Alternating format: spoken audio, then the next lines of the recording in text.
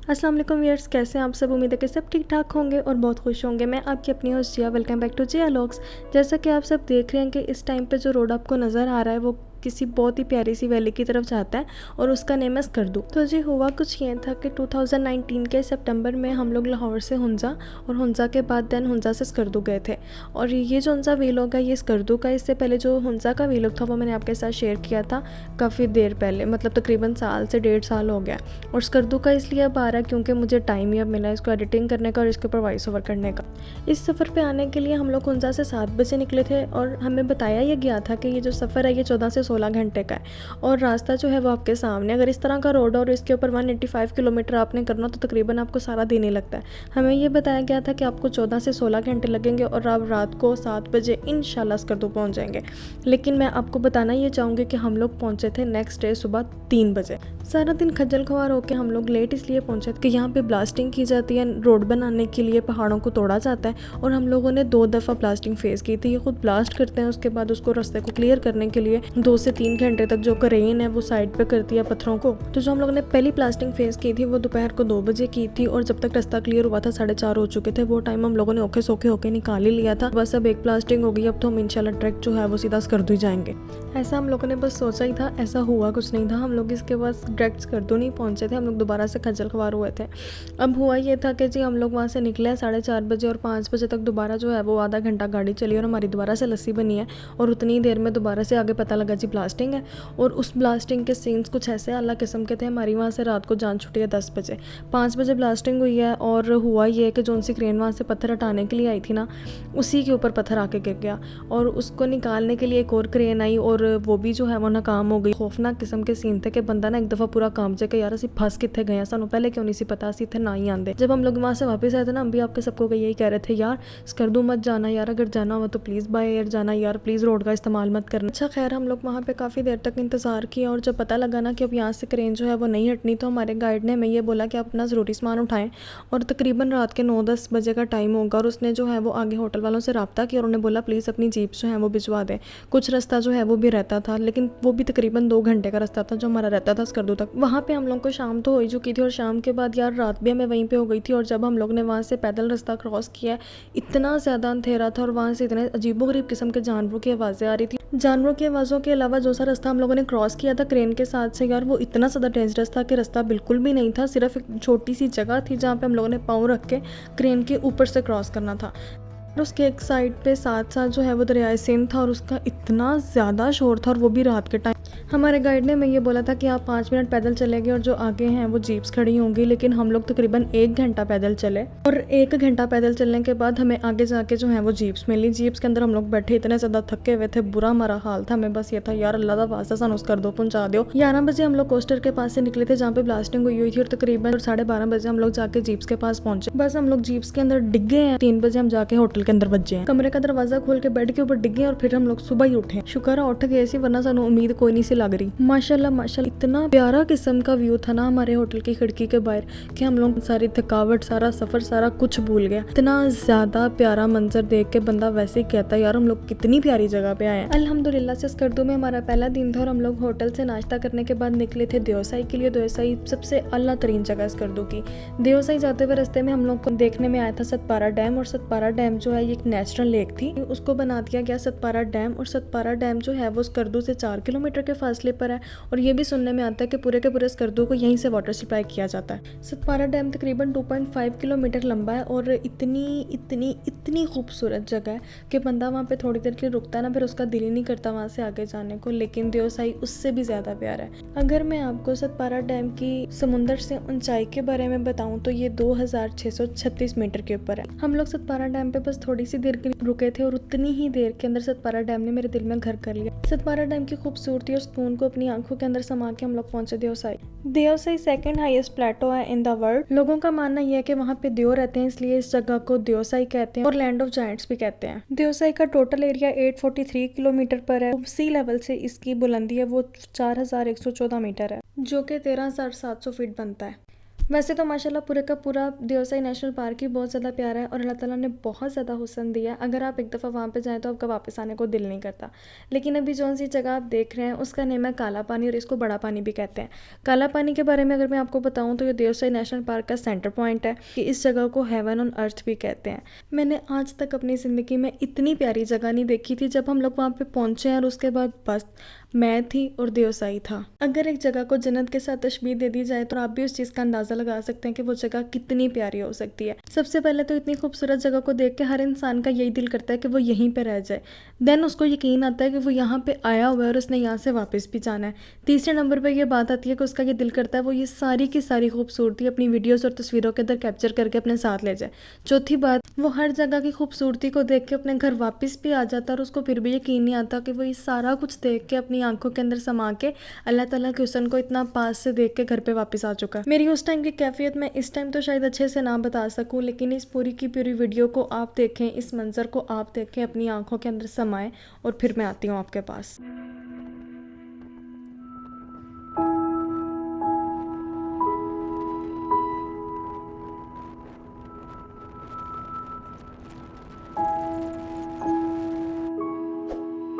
सुभान अल्लाह।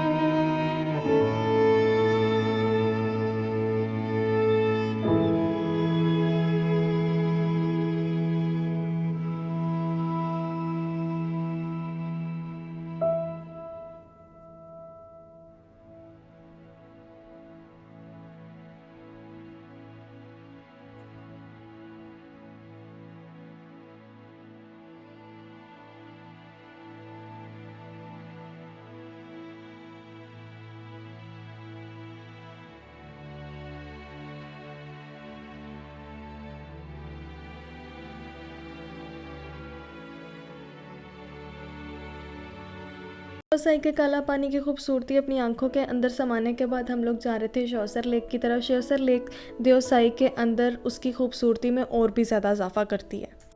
श्योसर लेक को blind lake भी कहते हैं। ब्लाइंड लेक कहने के पीछे इसकी कहानी ये है, बिल्कुल भी पता नहीं चलता कि इस लेक का जो पानी है वो किस तरफ को एग्जिट होता है, किस तरफ को जाता है। अब हम ये भी नहीं कह सकते कि ये जो पानी है यहीं पे खड़ा रहता है, क्योंकि जो पानी खड़ा रहता है वो साफ़ नहीं होता। श्योसर लेक इतनी साफ़, इतनी शफाफ है, इसका मतलब है कि इसका पानी बहता है, लेकिन किस तरफ जाता है नहीं पता। इसकी जो सी लेवल से बुलंदी है वो 4142 मीटर है, लेंथ इसकी 2.3 किलोमीटर है, विड्थ 1.8 किलोमीटर है और इसकी जो डेप्थ है वो 40 मीटर है।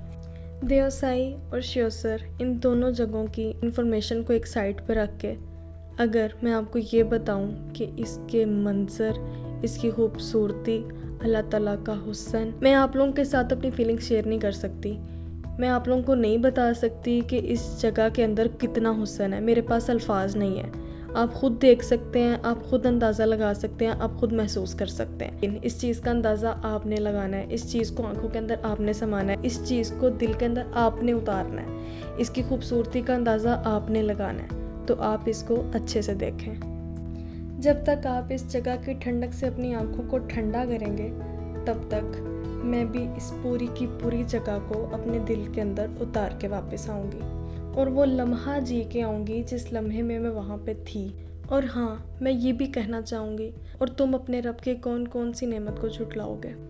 तेरी कुदरतों का शुमार क्या, तेरी वुस्सतों का हिसाब क्या, तू मुहीत आलिम रंगबू, तेरी शान जल्ला जलालहू।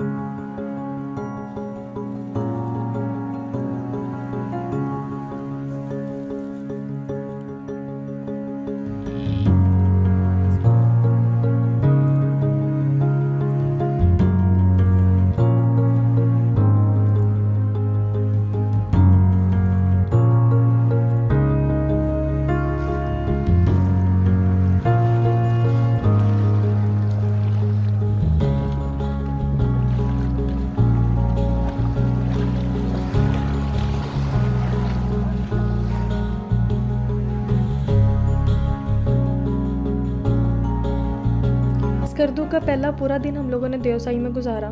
अब तो देवसाई को छोड़ के वापस जाने का टाइम हो चुका है और जाते हुए थोड़ा सा गम भी था, कहीं ज़्यादा खुशी भी थी। खुशी इस बात की थी कि यार अभी 2 दिन स्कर्दू में पड़े हैं, अभी जाके और बड़ी प्यारी प्यारी चीज़ें देखनी है, अलग किस्म का मज़ा आना है। फिर कहीं जाके लाहौर की बारी आनी है तो फिर लाहौर के बारे में सोचेंगे। तो जब लाहौर के बारे में सोचते हैं थोड़ा सा दिल इसलिए भी घुट जाता है क्योंकि यहाँ पे पोल्यूशन इतनी ज़्यादा कि बंदे का सांस लेने को दिल नहीं करता। तो जिस जगह पे सांस लेने को दिल करता है वो नॉर्दर्न एरियाज़ हैं, जहाँ पे अल्लाह ताला की खूबसूरती भी है, जहाँ पे कुदरत के नज़ारे भी हैं, जहाँ पे सफाई भी है। और सफाई सिर्फ तब जब हम खुद रखें। अगर अल्लाह ताला ने उन जगहों को खूबसूरत बनाया तो आप भी उन्हें खूबसूरत रखें। अगर आप कहीं घूमने फिरने जाते हैं तो अपना सारा कचरा अपने साथ समेट के वापस लेके आएँ। वैसे मैं जज्बात में बह गई थी बताना, मैं बस इतना ही चाह रही हूँ कि यार जिथे भी जाते हो सफाई रखा करो, चंगी तरह कुदरत के नज़ारे लाया करो, तो खुशी खुशी वापस आया करो, तो खुशी खुशी जाया करो। एक मशवरा मेरा ये भी है, जो लोग नहीं जाते घूमने फिरने के लिए, जो इधर ही सारी उम्र काम करते हैं, उनको मैं ये ज़रूर कहना चाहूँगी कि एक दफ़ा साल में एक दफ़ा लाजमी जाया करें। आपका माइंड भी फ्रेश होगा, वापस आके आपका पूरा साल काम करने को भी दिल करेगा। चलिए इतों फटाफट वापस इन्हों पहले कि तुसी देवसाई वेख के तंग आ जाओ कि अगे भी कुछ विखाना है, कला देवसाई विखाई जाना। मेन 3 चीज़ें जो से हम लोगों ने नेक्स्ट डे देखनी है, उनके बारे में मैं पहले आप लोगों को बता देती हूँ कि कल हम लोगों ने कहाँ जाना था। अच्छा जी, दूसरा दिन था स्कर्दू में और शुक्र अल्हम्दुलिल्लाह खुशी इस बात की थी कि यार देवसाई तो पहले दिन बड़ा प्यारा देख लिया, वाह वाह क्या स्कर्दू है, क्या बात है। दूसरे दिन मनठोका वाटरफॉल, इतनी प्यारी जगह, उसको देखने की खुशी और भी ज़्यादा थी। मनठोका वाटरफॉल से पहले शिगर फोर्ट जाना था, शिगर फोर्ट से पहले रास्ते में सरफरंगा डेजर्ट आता है, उसे भी हम लोगों ने देखना था। तो चलते हैं सरफरंगा डेजर्ट, शिगर फोर्ट और मनठोका वाटरफॉल। मनठोका वाटरफॉल इतनी खूबसूरत जगह है कि आप लोग खुद देखो तो आप भी जानो दिल करेगा, कसम है। हम लोग होटल पहुंचने ही वाले थे। होटल पहुंचने के बाद हम लोगों ने डिनर किया। डिनर करने के बाद हम लोगों ने रेस्ट की और अच्छी खासी रेस्ट की। जितनी खज्जल खुआरी थी ना हमारी एक दिन पहले की जिहड़ी लस्सी साडी बनी सी, उसी वो सारी सीधी की थी नींद पूरी करके। हम लोग उसके बाद अच्छी खासी रेस्ट करने के बाद अगले दिन सुबह उठे, फिर हम लोग गए हैं आगे। Good morning. ये रोड बिल्कुल सीधा जाता है सरफरंगा डेजर्ट की तरफ। सरफरंगा डेजर्ट को कोल्ड डेजर्ट भी कहते हैं और मैंने कभी नहीं सुना कि कोई डेज़र्ट जो है वो कोल्ड हो, लेकिन स्कर्दू में एक ऐसा डेज़र्ट है जो सिर्फ रंगा डेज़र्ट है और वो कोल्ड डेज़र्ट भी है। वहाँ पे गर्मी नहीं होती, वहाँ पे ठंडी होती है और वहाँ पे बर्फ़ भी पड़ती है उस डेज़र्ट पे। अच्छा, अब उस डेज़र्ट के बारे में अगर मैं आपको बताती जाऊँ तो उसकी जो सी हाइट है वो 7,500 फीट है सी लेवल से। और ये जो है शिगर फोर्ट जाते हुए रास्ते में आता है, इसलिए हमें दिखा दिया गया था। पिछले 3 सालों से इस डेज़र्ट के अंदर जो है वो जीप रैली लगती है। गिलगित बल्तिस्तान के लोग ज़्यादा इस रैली के अंदर पार्टिसिपेट करते हैं। ये डेज़र्ट स्कर्दू से सिर्फ 30 मिनट की ड्राइव पर है। इन्फॉर्मेशन तो मैंने बहुत दे दी है, अब एक मज़े की बात बताती हूँ। ये सिर्फ रंगा डेज़र्ट नहीं है। ये बात हमें भी यहाँ से वापस आने के बाद पता लगी थी, जब मैंने गूगल के ऊपर सर्च किया था सिर्फ रंगा कोल्ड डेज़र्ट। इतनी प्यारी प्यारी पिक्चर्स आई थी यार, मैं सोच रही थी ये क्या है। इन्होंने हमें सड़क के किनारे उतार दिया और बोला इधर वेखो इधर वेखो, देखो किड्डा सोना सिर्फ रंगा डेज़र्ट है। असी भी एडे मासूम होती फोटोआं खिंच के ते आ गए। हमारे ग्रुप के अंदर बड़े सियाने बयाने बंदे भी थे, उन्हें भी नहीं पता चला कि ये क्या है। सबको यही लग रहा था माशाल्लाह से ये कोल्ड डेज़र्ट है। ऐसा नहीं है कि ये बिल्कुल भी डेज़र्ट नहीं है या ये सिर्फ रंगा कोल्ड डेज़र्ट नहीं है, पता नहीं कौन सी जगह है। ये सिर्फ रंगा कोल्ड डेज़र्ट की कोई स्टार्टिंग पॉइंट जहाँ से मतलब कि थोड़ी रेत आना शुरू होती है ना, वो वाली जगह। वैसे अगर आप लोग जाएं तो उस डेज़र्ट के मिड में लाजमी जाना, वो बहुत प्यारा है। उधर जाने के लिए यहाँ से कहीं से जीप में बैठना पड़ता है। इन्नी सोनी रेत वेखन तो बाद में नसी जा रहे हैं शिगर फोर्ट। अच्छा जी, तो शिगर फोर्ट की जोन सी इन्फॉर्मेशन मेरे पास है, वो अगर मैं आपके साथ शेयर करूं तो शिगर फोर्ट जो है वो 17th सेंचुरी में बना था। शिगर फोर्ट का मतलब है फोर्ट ऑन रॉक। 1999 से 2004 तक इसके अंदर रेस्टोरेशन का काम हुआ था, जो कि करवाया था आगा खान कल्चरल सर्विस पाकिस्तान ने। और उसके बाद उन्होंने इसको म्यूज़ियम और सीना होटल में कन्वर्ट कर दिया था, और इसलिए अब उसकी बड़े अच्छे से देखभाल हो रही है। पहले ये सिर्फ एक फोर्ट था, तब इसकी कोई देखभाल नहीं थी, लेकिन जब से ये सरीना होटल और उसके साथ ये म्यूज़ियम के अंदर कन्वर्ट हुआ है, तब से इसकी अच्छी खासी देखभाल कर रहे हैं। बहुत प्यारा है, बहुत खूबसूरत है, आप खुद देख लें। ये बहुत प्यारा सा व्यू शिगर फोर्ट के बिल्कुल सामने का है। ये है वो बड़ी सी रॉक जिसके ऊपर शिगर फोर्ट जो है वो बना है। बाकी इसकी इन्फॉर्मेशन जो है हमें गाइड ने बताई थी, और वो भी मैं आपके साथ शेयर कर देती हूँ, आप वो भी सुन लीजिएगा, साथ साथ आप शिगर फोर्ट के नज़ारे भी ले लें। यहाँ पे सबसे ज़्यादा मज़े की बात यह है कि घूम में शिगर फोर्ट में रही हूँ, दिल मेरा मन ठोका वाटरफॉल पे लगा हुआ, लेकिन ये फोर्ट भी काफ़ी ज़्यादा इंटरेस्टिंग है। आप इसकी इन्फॉर्मेशन भी सुने, और आगे जितनी भी वीडियो क्लिप्स मैं आपके साथ शेयर कर रही हूँ आप वो भी लाजमी देखें। जिन लोगों ने रियल में नहीं देखा होगा वो यहीं से देख लें। मैंने तकरीबन हर तरह की छोटी मोटी जितनी भी इस फोर्ट के अंदर की वीडियोज़ हैं वो मैंने सारी लगाई हैं। So this portion is the first and historical portion of the fort. Originally, it is called Phongkhar. Mam Phongkhar is the local language. Phong means big stone or rock. There are one big rock here. That rock weight is approximately 50 feet throughout the foundation, and its height is more than 6 meters. And this fort, first portion, constructed on it due to, it is called Palace on the Rock. Sir, it is built by King Hassan Khan Amacha. He was the king of Shigar Valley that time. He constructed this fort by Kashmiri artisan in 1634 century. Was the palaces. If any enemy attacking Shigar valleys, king shifted their families in this fort through hidden spots. Some hidden spots still have pavilions. Pavilions means 12 door. There are two students. Model 2 is the 60 years old, model 3 is the 30 years old. And you can see this tree is our oldest.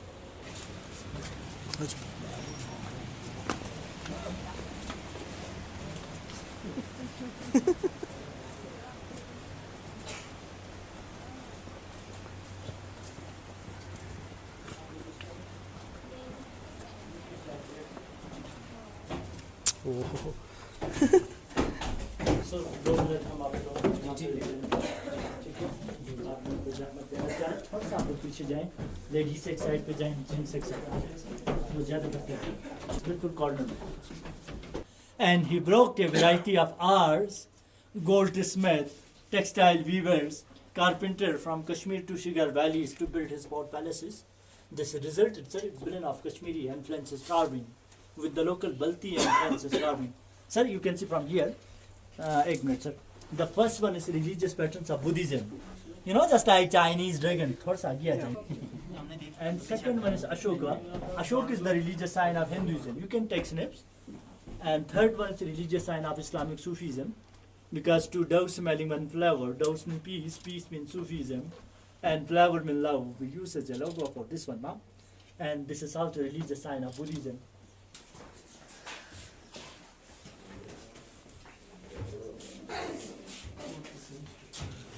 Mind your head, sir, please, because here small door here.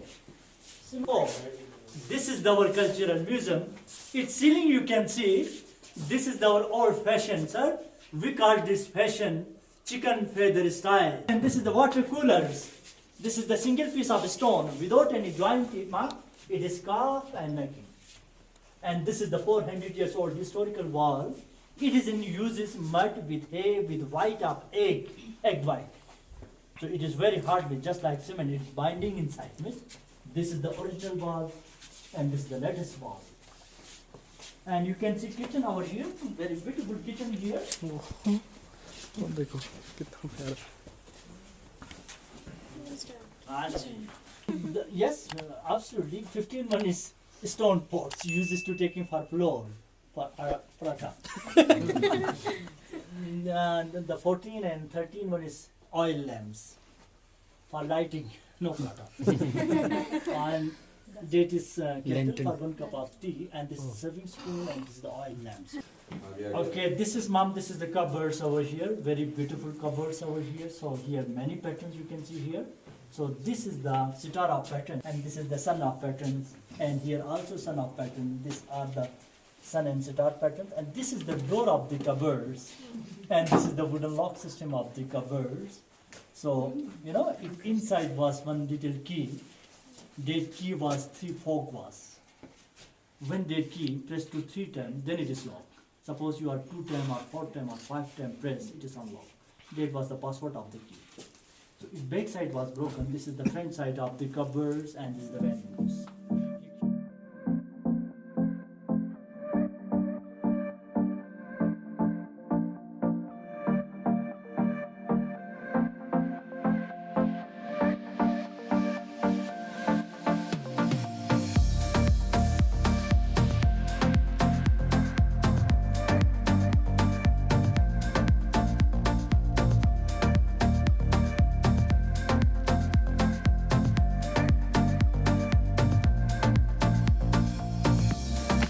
ये मतलब बड़ा प्यारा सा garden है। ये royal garden है, बादशाह साहब ने खुद बनवाया था अपनी प्यारी सी बेगम के लिए। इतना कोई आशिक मिजाज किस्म का बादशाह था ना।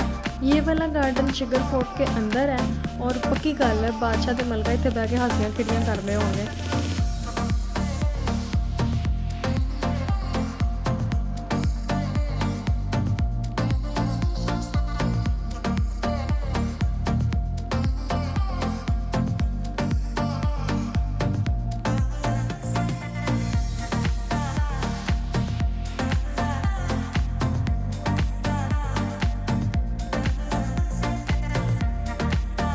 गार्डन माशाल्लाह बहुत प्यारा था। हम लोगों ने पूरे गार्डन का व्यू लिया, वहाँ बैठ के चाय पी, थोड़ा सा वहाँ पे एंजॉय किया, फ़ोटो शोटो बनाई।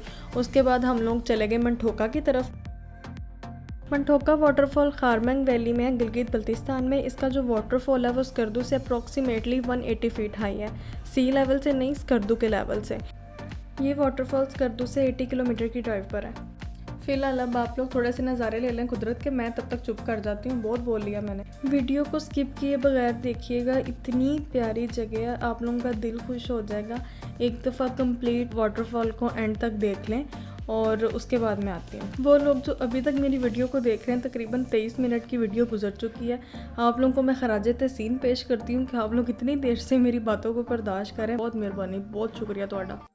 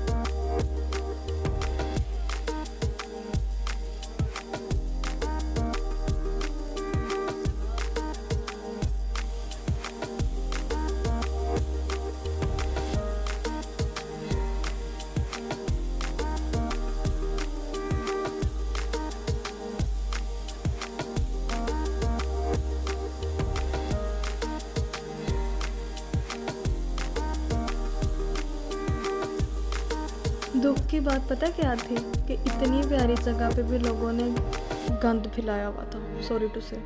यार मुझे नहीं समझ आती कि कितना टाइम लगता है आपको खा पी के रैपर्स को डस्टबिन के अंदर फेंकने में। प्लास्टिक की बोतल्स, रैपर्स, लेस के पैकेट, सारा कुछ वहीं पे फेंका होता है, इवन पैम्पर्स भी। पता नहीं कौन लोग हैं वो जिनके अंदर इतना हौसला है कि वो इस खूबसूरत जगह पे भी जाके गंदगी फैलाएं। हमारे अंदर तो ये हौसला नहीं है।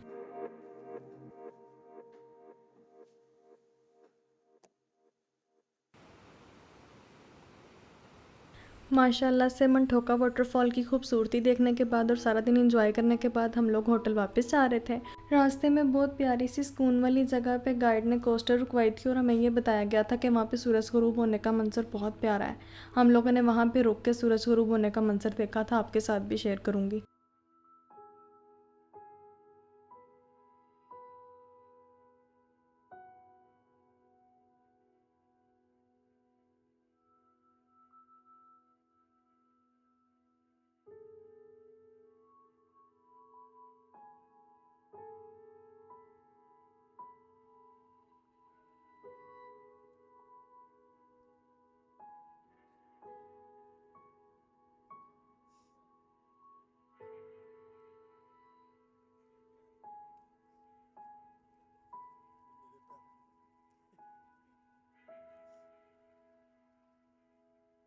इसी व्यू के साथ स्कर्दू का दूसरा दिन भी इख्तिताम पर पहुंचा।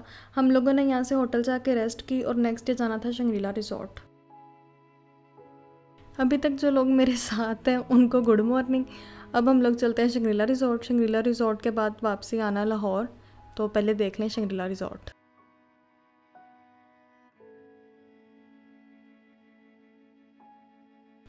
शंग्रीला रिजॉर्ट असल में उस रिजॉर्ट का नेम है जो शंग्रीला लेक के साइड पे बना था 1983 में। शंग्रीला लेक का दूसरा नेम है लोअर कचूरा लेक और इसको हार्ट ऑफ स्कर्दू भी कहते हैं। लेकिन ये वाली जौन सी लेक है ये स्कर्दू से बाहर है, स्कर्दू के अंदर नहीं है। इसकी सी लेवल से जो हाइट बनती है वो आलमोस्ट 8200 फीट है।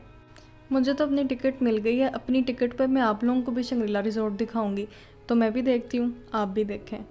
और वीडियो स्किप नहीं करनी, पूरी देखनी है, क्योंकि अगर आप लोग स्कर्दू नहीं गए तो ये बड़ा ज़रूरी है आपके लिए देखना। आपका जो दिल है ना वो बाग बाग हो जाएगा।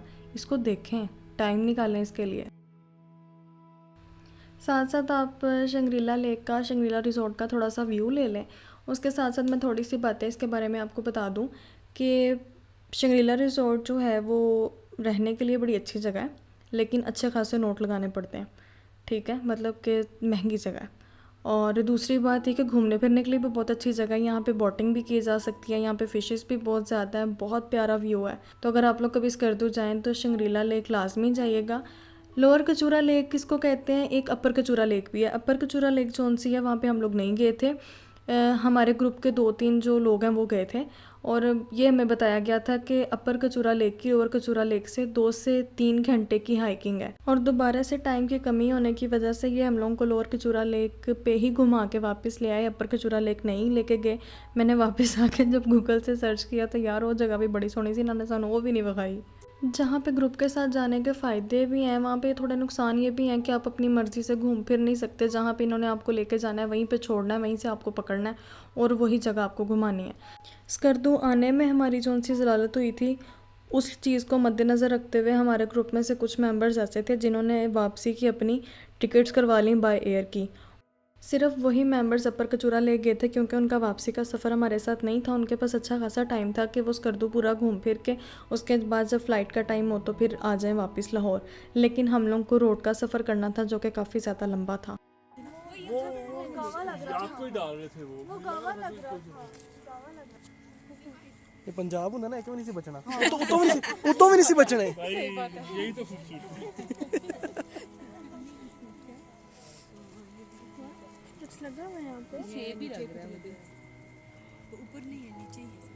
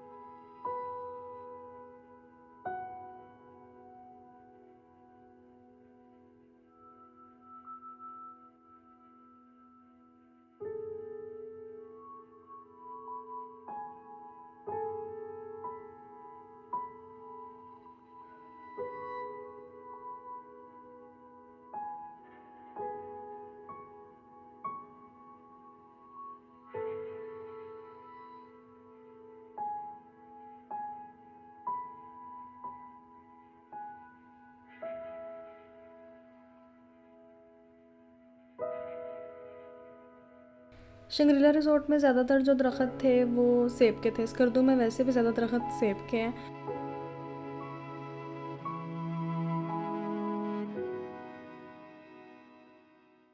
मेनली अगर आप लोगों ने शंग्रीला रिज़ॉर्ट में या किसी ने वहाँ पे नाइट स्टे नहीं करना, वहाँ पे रात का जो मंज़र है वो ज़्यादा खूबसूरत होता है, लाइट्स वगैरह और झील के अंदर सारी लाइटों का अक्स ये वो। तो अगर वैसे आप लोगों ने वहाँ पे घूमने के लिए जाना है तो मेनली वहाँ पे पिक्चर्स बनाने के लिए अच्छी जगह है, व्यू काफ़ी अच्छा है। एक एरोप्लेन है, उसके अंदर उन्होंने सारा सिटिंग एरिया वगैरह सेट किया हुआ है पिक्चर्स वगैरह बनाने के लिए। तो अच्छी जगह है देखने के लिए, बहुत अच्छी है, पिक्चर्स बनाने के लिए और भी ज़्यादा अच्छी है, टाइम पास करने के लिए और भी ज़्यादा अच्छी है। यहाँ से हम लोगों ने जाना था वापस जगलोट और उसके बाद नेक्स्ट डे हम लोगों ने सुबह निकलना था फिर लाहौर के लिए, क्योंकि एक दिन में ये सारा सफ़र जो है वो नहीं कर सकते और रेस्ट भी ज़रूरी है।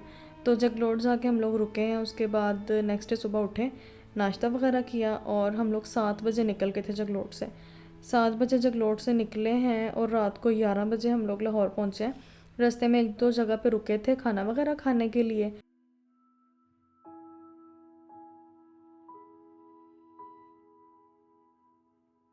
एक छोटी सी मज़े की कहानी बताती हूँ। जिस दिन हम लोग स्कर्दू पहुँचे थे ना, हमारे जो टूर गाइड थे उन्होंने वहाँ से गरमा ख़रीदा था और कोस्टर के अंदर जो छोटी सी फ्रिज होती है ना उसके अंदर रख दिया था।